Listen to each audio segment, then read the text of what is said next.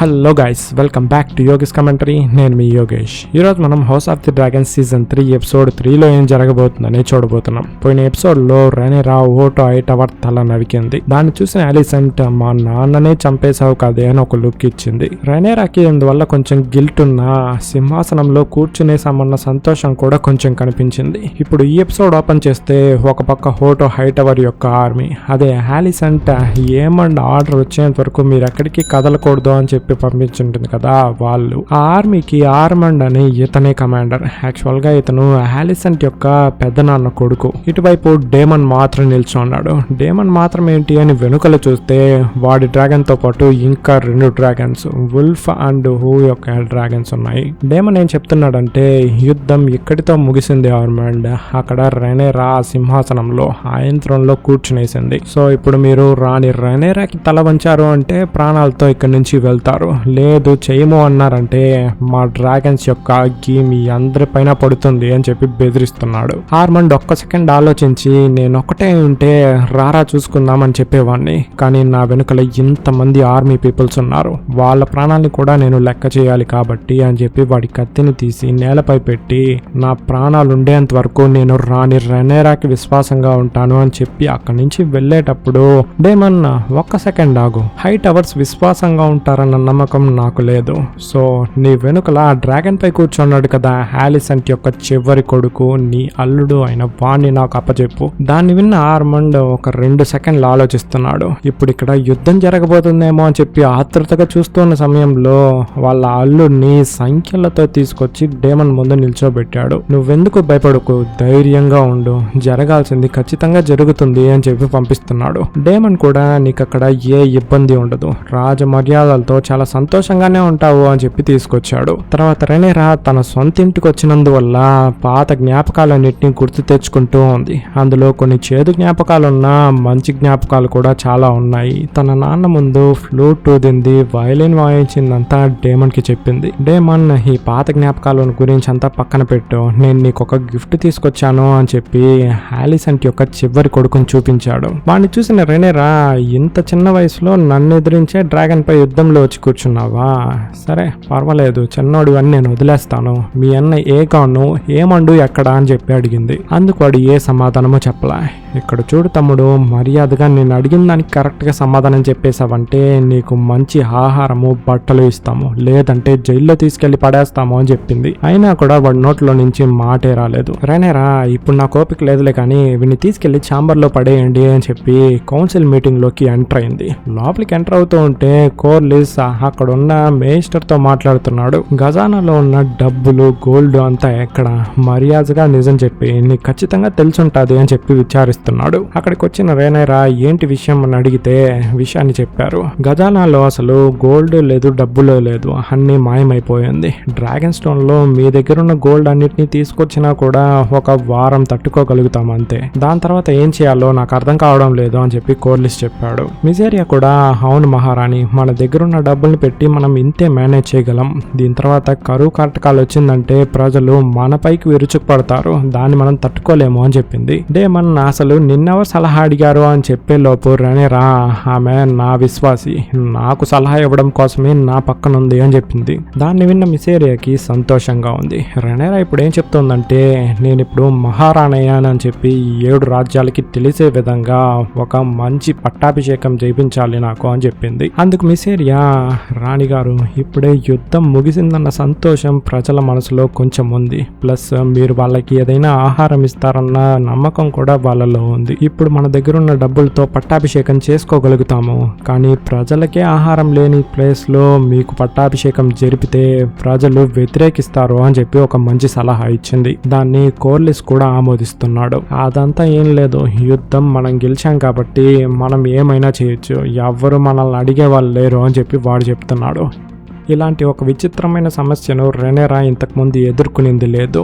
రాజ్యం ఆమె చేతిలో ఉన్న ఖజానాలో ఏ డబ్బులు లేదు కాబట్టి రాజ్యాన్ని పరిపాలించలేము. సో ఇందుకు ఏం చేద్దామని చెప్పి ఆలోచిస్తూ ఉన్నప్పుడు వెనుకల కోర్లిస్ అండ్ మేస్టర్ మాట్లాడుకుంటున్నారు. ఖజానాలో ఉన్న డబ్బులు మేబీ లార్డ్ లోరిస్ కి, అదే హేగాన్తో పాటు తప్పించుకెళ్ళాడు కదా, వాడికి ఏదైనా తెలిసిండే అవకాశం ఉంది అని మాట్లాడుకున్నారు. దాన్ని విన్న రెనేరా లార్డ్ లోరిస్ కోటకి, ఆ కోటలో ఉన్న రాణికి, ఇప్పుడు వాళ్ళు లేదు కాబట్టి ఖచ్చితంగా రానే పరిపాలిస్తూ ఉంటుంది కాబట్టి ఆమెకు ఉత్తరం రాయండి ఈ విషయం గురించి నీకు ఏదైనా తెలుసా అని చెప్పి. ప్లస్ అలాగే 7 రాజ్యాలకి కింగ్స్ ఉంటారు కదా, వాళ్ళందరికీ కూడా ఉత్తరం రాసి నాకు వరి కట్టమని చెప్పండి, నేను ఈ సింహాసనంలో కూర్చున్నందుకు నాకు గిఫ్ట్ గా అది ఇవ్వమని చెప్పండి అని చెప్పింది. కోర్లిస్ డ్రాగన్ స్టోన్ లో మీకంటూ ఒక కౌన్సిల్ మెంబర్స్ ఉన్నారు కదా, వాళ్ళందరినీ ఇక్కడికి తీసుకురాబోయేది లేదా అని అడిగాడు.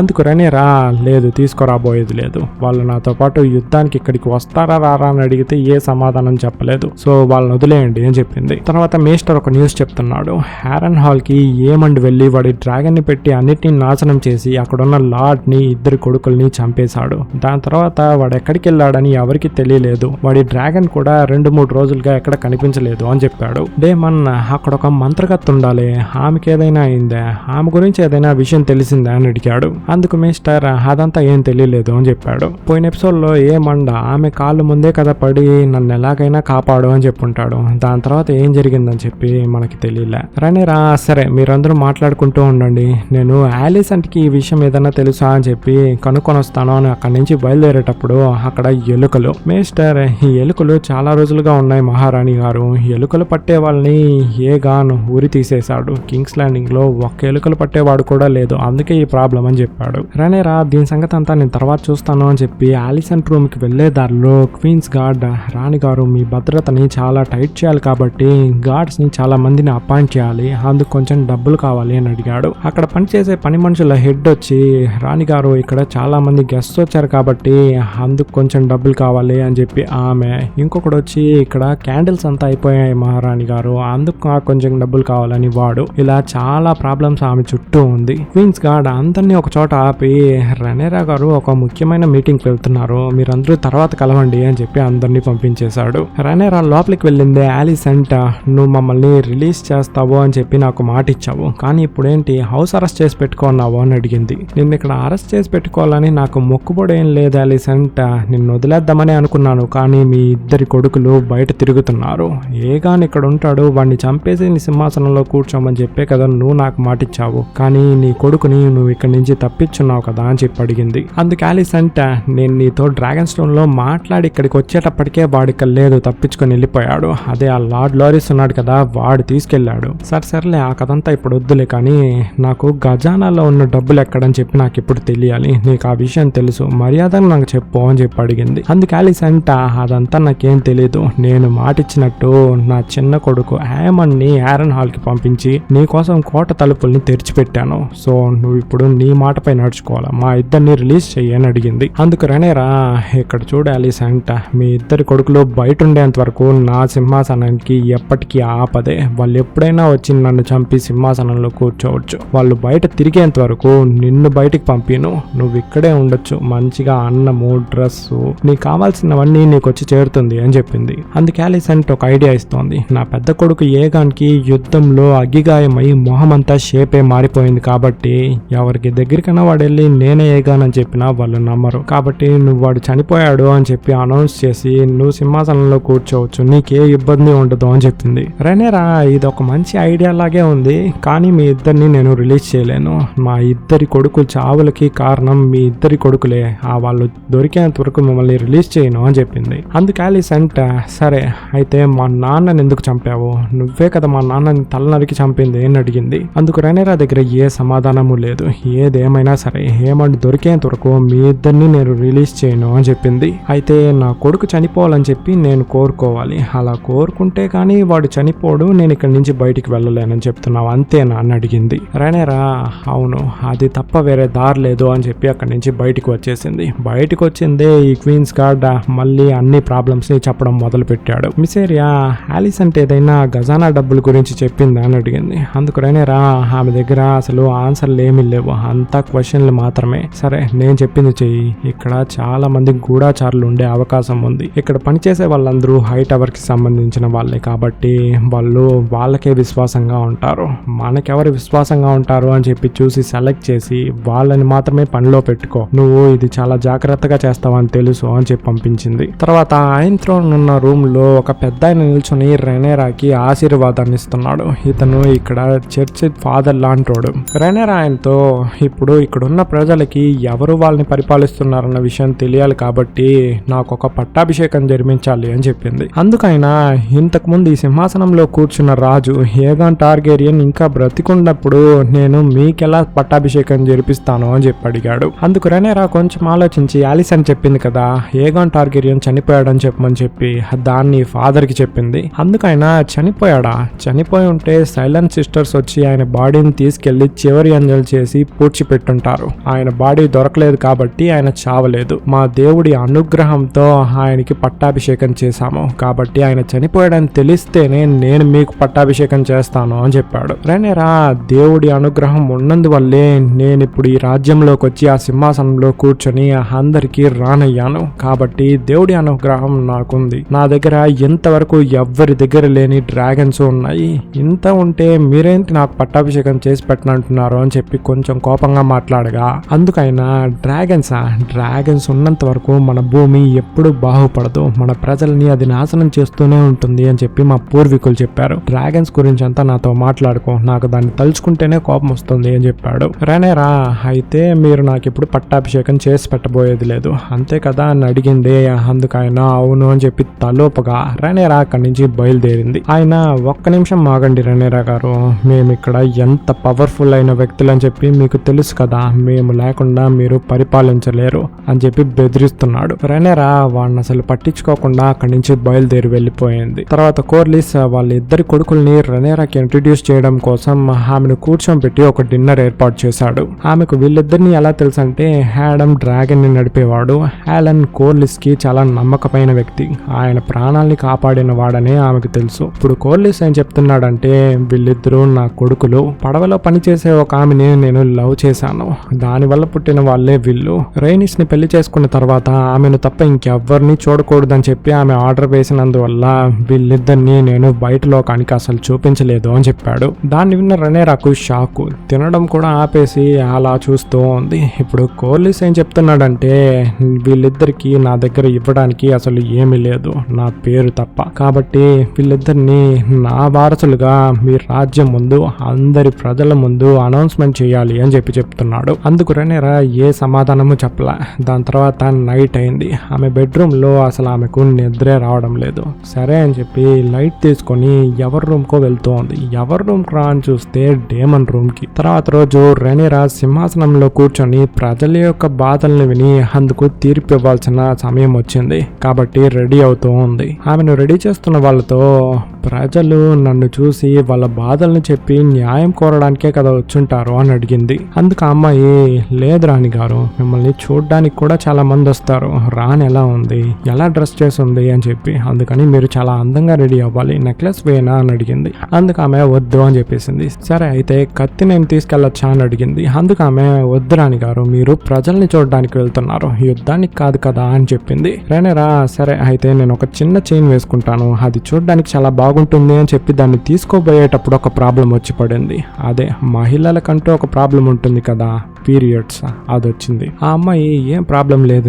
రాణి గారు, మీరు వెళ్ళొచ్చు, నేను నాప్కిన్ తీసుకొస్తాను, తొందరగా రెడీ అవ్వండి అని చెప్పింది. కట్ చేస్తే రెనేరా ముందు ప్రజలు వాళ్ళ కష్టాన్ని చెప్పుకుంటున్నారు. రాణి గారు నేను స్వెటర్లు కుట్టే పని చేస్తున్నాను, స్వెటర్ కావాలంటే షీప్ యొక్క వుల్ కావాలి కదా, అది ఈ దేశంలో అస్సలు దొరకడం లేదు, ఎందుకంటే డ్రాగన్స్ ఆ షీప్స్ ని వేటాడి తింటూ ఉంది, దానివల్ల నా బ్రతుకు తెరివే పోయింది అని చెప్పి బాధపడింది. దాన్ని విన్న రెనేరాకి షీప్ స్టీలర్, అదే వీడు కొడుకు చావుకు కారణమైన షీప్ స్టీలర్ ఒక సెకండ్ గుర్తుకొచ్చింది. ఈమె మెదడులో ఉన్నది రెండు విషయాలు.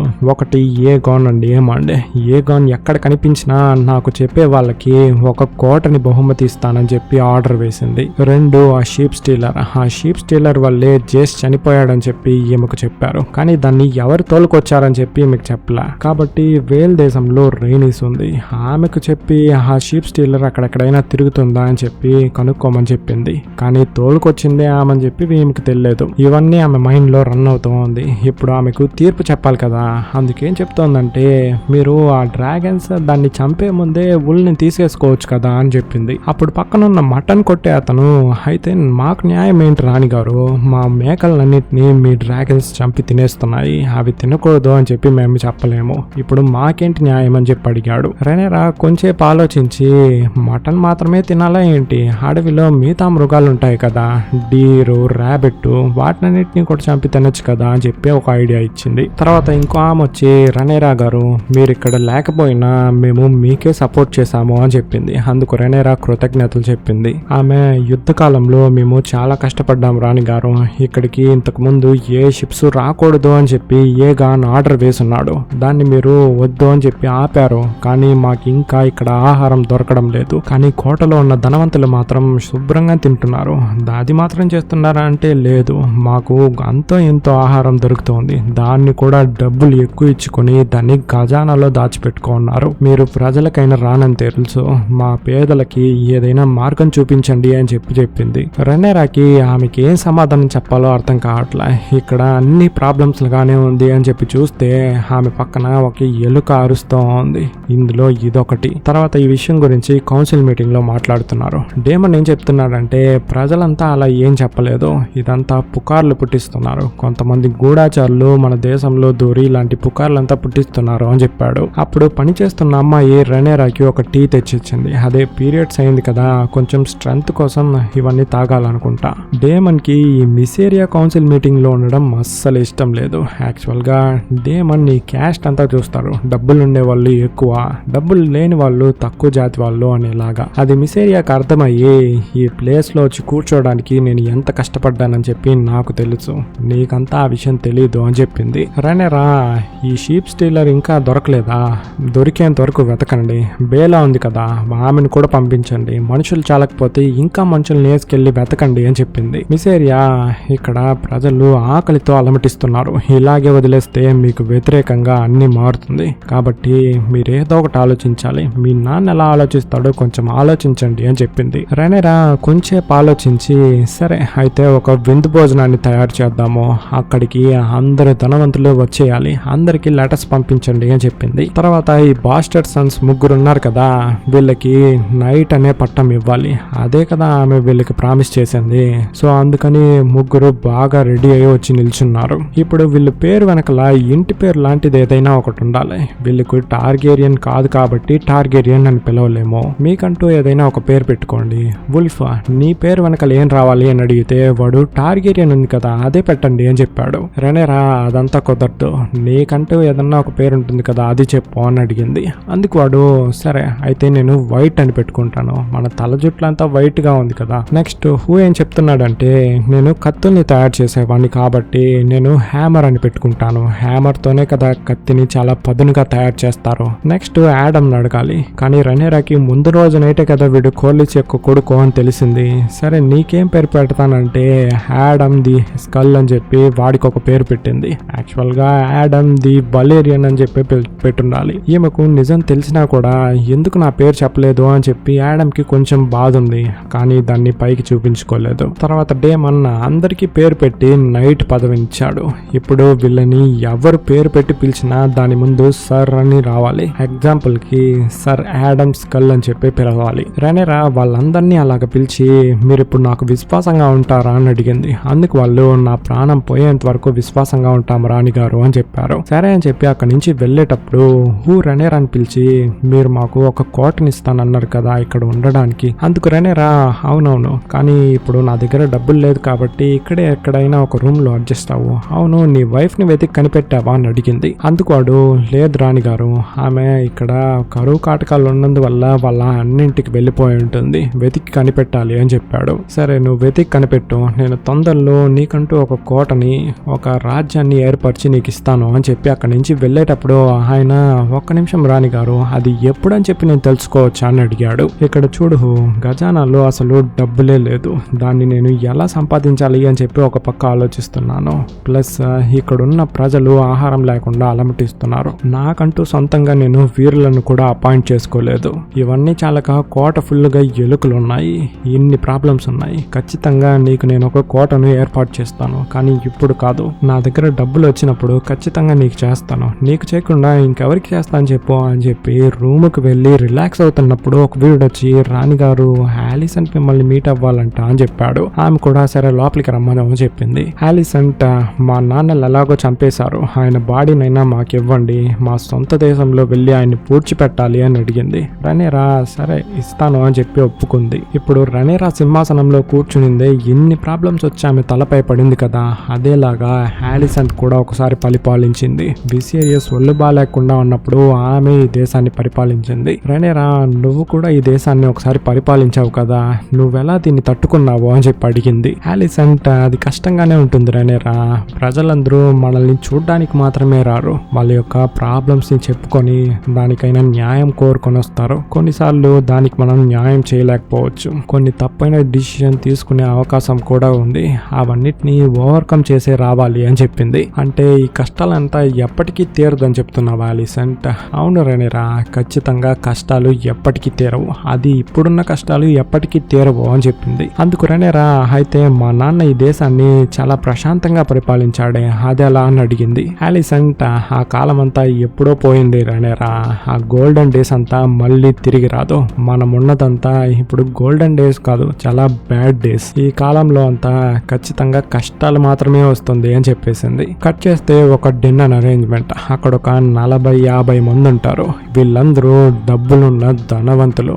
అదే వీళ్ళందరికీ డిన్నర్ ఏర్పాటు చేస్తానని చెప్పింది కదా, అందుకనే వీళ్ళందరూ వచ్చున్నారు. మీరందరూ నేను పిలిచిన వెంటనే డిన్నర్కి వచ్చింది నాకు చాలా సంతోషంగా ఉంది, ప్లస్ నా పైన ఇంత విశ్వాసంగా ఉన్నారు అని చెప్పి నాకు అర్థమైంది. అందరూ కూర్చోండి అని చెప్పి కూర్చున్నారు. మీకందరికి ఈరోజు ఒక స్పెషల్ మీట్ ని తయారు చేయించాను అని చెప్పి ప్లేట్లో చూస్తే అందులో ఎలుకలు ఉన్నాయి. దాన్ని చూసిన వాళ్ళందరూ షాకు.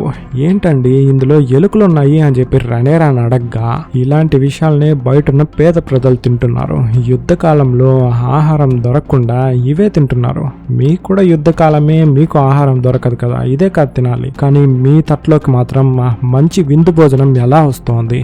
అందులో ఉన్న ఒక ఆమె, పేదలా మేము బయటకు వస్తేనే మమ్మల్ని కుక్కను చూసినట్టు చూసి కొట్టి తరుముతున్నారు, ఆకలేస్తే అలా అంతా చేస్తారా అని చెప్పి అడిగింది. అందుకు రణేరా, కరువు కాటకాలు వస్తే అందరూ అలాగే అండి నడుచుకుంటారు, మీ దగ్గర ఆహారం లేకపోతే మీరు అలాగా నడుచుకోరా? పక్కనోడు దాహం అని చెప్తే వాడికి కొన్ని నీళ్ళు ఇచ్చి సహాయం చేయడమే మానవత్వం, అది మీలో అసలు లేదు కాబట్టి నేను దాన్ని తీసుకుంటున్నాను. మీరు ఇక్కడ తింటున్న ఈ సమయంలో మీ ఖజానాలో ఉన్న ఆహారం అన్నిటినీ నేను నా వీరులకి చెప్పి తీసుకురమ్మని చెప్పేశాను. సో ఇప్పుడు నా పరిపాలన ఎలా ఉంటుందని చెప్పి మీకు అందరికీ అర్థమై ఉంటుంది అనుకుంటా అని చెప్పి అక్కడి నుంచి వెళ్ళేటప్పుడు ఒక్క ధనవంతుడు మాత్రం చాలా లేట్ గా అక్కడికి వస్తున్నాడు. రాణిగారు మీరు చేసిందంతా దూరం నుంచి చూస్తూనే ఉన్నాను, చాలా అద్భుతంగా ఉన్నింది అని చెప్పాడు. అందుకు రణేరా, మీ ఇంటికి కూడా మా మనుషులు వెళ్ళారు అని చెప్పింది.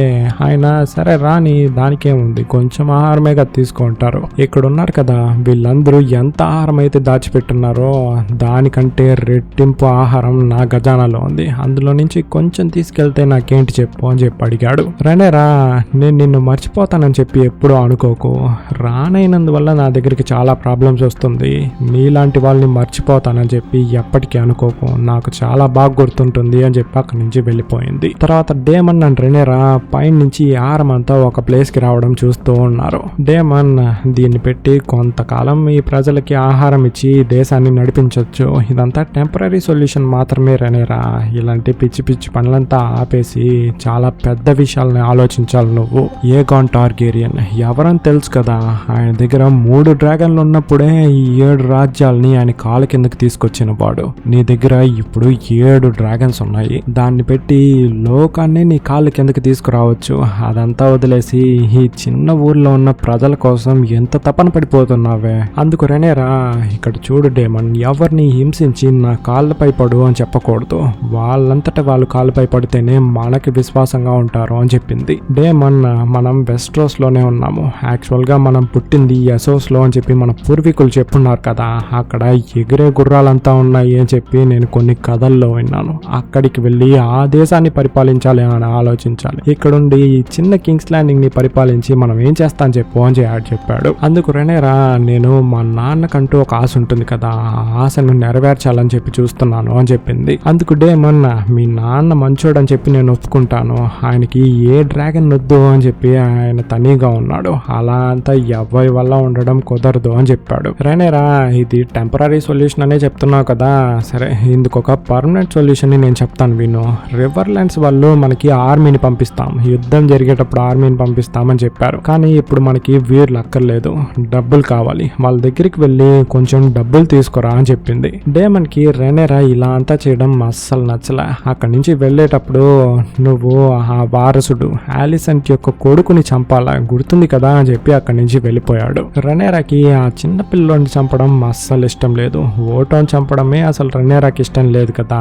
వాడి ఛాంబర్ కి వెళ్ళి వాడు ఏం చేస్తున్నాడు అని చూస్తే నిద్రపోతున్నాడు. వాడి పక్కన ఒక చిన్న పిచ్చుక బొమ్మని చేసి పెట్టున్నాడు. ఇలాంటి చిన్న పిల్లల మనస్తత్వం ఉన్న వాళ్ళని ఎలా రేనేరా చంపుతాం చెప్పండి. కానీ చంపాలి, ఎందుకంటే వీడే నెక్స్ట్ వారసుడు. ఈ సింహాసనంలో కూర్చోడానికి నిజమైన వారసుడు వీడే. తర్వాత మరుసటి రోజు మిసేరియాతో పాటు కలిసి ఆ ధనవంతుల దగ్గర నుంచి తీసుకునింది కదా ఆహారం, వాటన్నిటిని ప్రజలకి ఇచ్చి నేను మీకు ఒక మంచి రాణిగానే ఉంటాను, ఇలా ఒక మంచి పనులనే చేస్తాను అని చెప్పి అందరికి ఆహారం పంచిపెట్టింది. తర్వాత కోర్లిస్ రెనేరాని మీట్ అయ్యి, అవును నా రెండో కొడుకు యాడమ్ కి మీరు యాడమ్స్ కల్ అని పేరు పెట్టారంట, నేను చెప్పాను కదా వాడు నా కొడుకు అని చెప్పి, మీరు వాడికి యాడమ్ వలేరియన్ అని కదా పేరు పెట్టాలి, ఎందుకు పెట్టలేదు అని అడిగాడు. రెనేరా, లేదు కోర్లిస్, ఇప్పుడున్న సిచ్యువేషన్ లో ఖచ్చితంగా నేను దీన్ని చేయలేను. ఇప్పుడే ప్రజలు నేను ధనవంతుల దగ్గర నుంచి కొంచెం ఆహారాన్ని తీసుకొచ్చి ఇచ్చి నేను ఒక మంచి పనిని చేశాను, మళ్ళీ ఇప్పుడు మీ కొడుకుని ఒక ధనవంతుని చేశాను అంటే దాని వెనుకల చాలా ప్రాబ్లమ్స్ వస్తాయి, కాబట్టి నేను చేయలేను అని చెప్పి మొహం పైనే చెప్పేసింది. అందుకు కోర్లిస్, నా దగ్గర ఉన్న అన్నిటినీ మీ కాళ్ళపై పోసాను రాణిగారు, అవన్నీ మీరు మర్చిపోయారు కదా, నా కోట నాశనం అయిపోయింది, నా వైఫ్ చనిపోయింది, నా కొడుకు కూతురు కూడా చనిపోయారు, వీళ్ళందరూ పోయినా కూడా పర్వాలేదు, నేను మీకే సపోర్ట్ చేస్తాను అని చెప్పి మీకు సపోర్ట్ చేసినందుకు నాకు బాగానే చేశారు మహారాణి గారు. అందుకు రెనేరా, ఇక్కడ చూడండి కోర్లిస్, నా కొడుకులు ఎలా పుట్టారు అని చెప్పి ఇక్కడున్న ప్రజలందరికీ తెలుసు, దాని గురించి చాలా మంది పుకార్లు పుట్టించారు. జేసన్ లూక్ చూడ్డానికి వలేరియన్ లాగా లేదు, స్ట్రాంగ్ వంశంలో పుట్టిన వాళ్ళలాగా ఉన్నారు అని చెప్పి. ఇప్పుడు కానీ మీరు అడిగిన విషయాన్ని, ఈ బాస్టర్డ్ సన్స్ కి వలేరియన్ అని పేరు నేను పెట్టాను అంటే పాత విషయాల్ని మళ్ళీ ప్రజలు గుర్తు తెచ్చుకుంటారు. అందుకు కోర్లిస్, నా కొడుకులకి పేరు పెట్టడానికి మీకు ఇంత భయంగా ఉంది, కానీ మీ బాస్టర్డ్ సన్స్, అదే స్ట్రాంగ్ కు పుట్టిన బాస్టర్డ్ సన్స్ ని ఈ సింహాసనంలో కూర్చొని పెట్టాలనుకున్నారు, కానీ నా కొడుకులకి నా పేరు పెట్టడానికి మాత్రం ఇంత ఆలోచిస్తున్నారు కదా అని చెప్పి అరుస్తున్నాడు. రెనేరాకి ఆయన చెప్పిందంతా కోపం వచ్చినా అక్కడ ఏం మాట్లాడకుండా అక్కడి నుంచి వచ్చేసింది. ఆలిసెంట్ తో, నీ చివరి కొడుకు డేరన్ ఉన్నాడు కదా, వాడిని 2 రోజులకు ముందే డేమన్ ఇక్కడికి తీసుకొచ్చాడు, కానీ ఆ విషయం నీకు చెప్పలేదు అని చెప్పింది. ఆలిసెంట్, ఎందుకు చెప్పలేదు, వాడిని పెట్టి నువ్వేదైనా చెప్పబోతున్నావా లేక వాడిని చంపేయబోతున్నావా అని అడిగింది. అందుకు రెనేరా, అవును వాడు చావాల్సిన వాడే కదా, నాకు వ్యతిరేకంగా యుద్ధం చేసిన వాళ్ళు ఎవరైనా చావాల్సిందే, కానీ వాడు చిన్న పిల్లోడు, వాళ్ళ అన్నలు ఏం చెప్తే అది చేసే స్టేజ్ లోనే వాడు ఉన్నాడు కాబట్టి వాడికి ఒక చిన్న కన్సెషన్ ఇస్తున్నాను, వాడి తల నరక్కుండా నైట్ స్వాట్స్ లో చేర్పించబోతున్నాను. అక్కడికి వెళ్తే వాడు ఒక సంవత్సరానికి 2 సార్లు మాత్రమే ఈ దేశంలోకి రాగలడు. దాన్ని విన్న ఆలిసెంట్ కి తన కొడుకు చావబోయేది లేదు అన్న సంతోషం ఉన్నా మనసులో ఒక చిన్న బాధ ఉంటుంది కదా, సంవత్సరానికి 2 సార్లే వాళ్ళ కొడుకుని చూడగలము అని చెప్పి. ఇక్కడ చూడు రెనేరా, వాడు పుట్టినప్పటి నుంచి నేను ఒక 5-6 సార్లు తప్ప దానికి మించి చూడలేదు, ఎందుకంటే వాడు హైటవర్ దేశంలో ఉన్నాడు, సో ఒక్కసారి వాడిని నేను చూసుకోవచ్చా అని అడిగింది. కట్ చేస్తే రెనేరా డేరన్ తో మాట్లాడుతోంది. ఇక్కడ చూడు, నన్ను వ్యతిరేకించినందువల్ల నీ తల నరికి నిన్ను చంపుండాలి, కానీ నేను నిన్ను నైట్స్ వాచ్ కి పంపిస్తున్నాను అని చెప్పింది. దాన్ని విన్న వాడి మొహంలో సంతోషము లేదు, బాధ లేదు, చాలా న్యూట్రల్ గా ఉన్నాడు. రెనేరా, నువ్వెందుకు అసలు ఏం మాట్లాడడం లేదు, చాలా టైట్ గానే ఉన్నావే, చూడు మీ అమ్మ కూడా వచ్చింది అని చెప్పి చూపిస్తే వాళ్ళ అమ్మ మొహంలోనూ ఏ ఎక్స్ప్రెషన్ లేదు, వీడి మొహంలోనూ ఏ ఎక్స్ప్రెషన్ లేదు. రెనేరా వాళ్ళిద్దరు మొహాలని చూసి, ఏంటి ఇందులో ఏదో ఉందే, అవును వీడు నీ కొడుకు కాదా అని అడిగింది.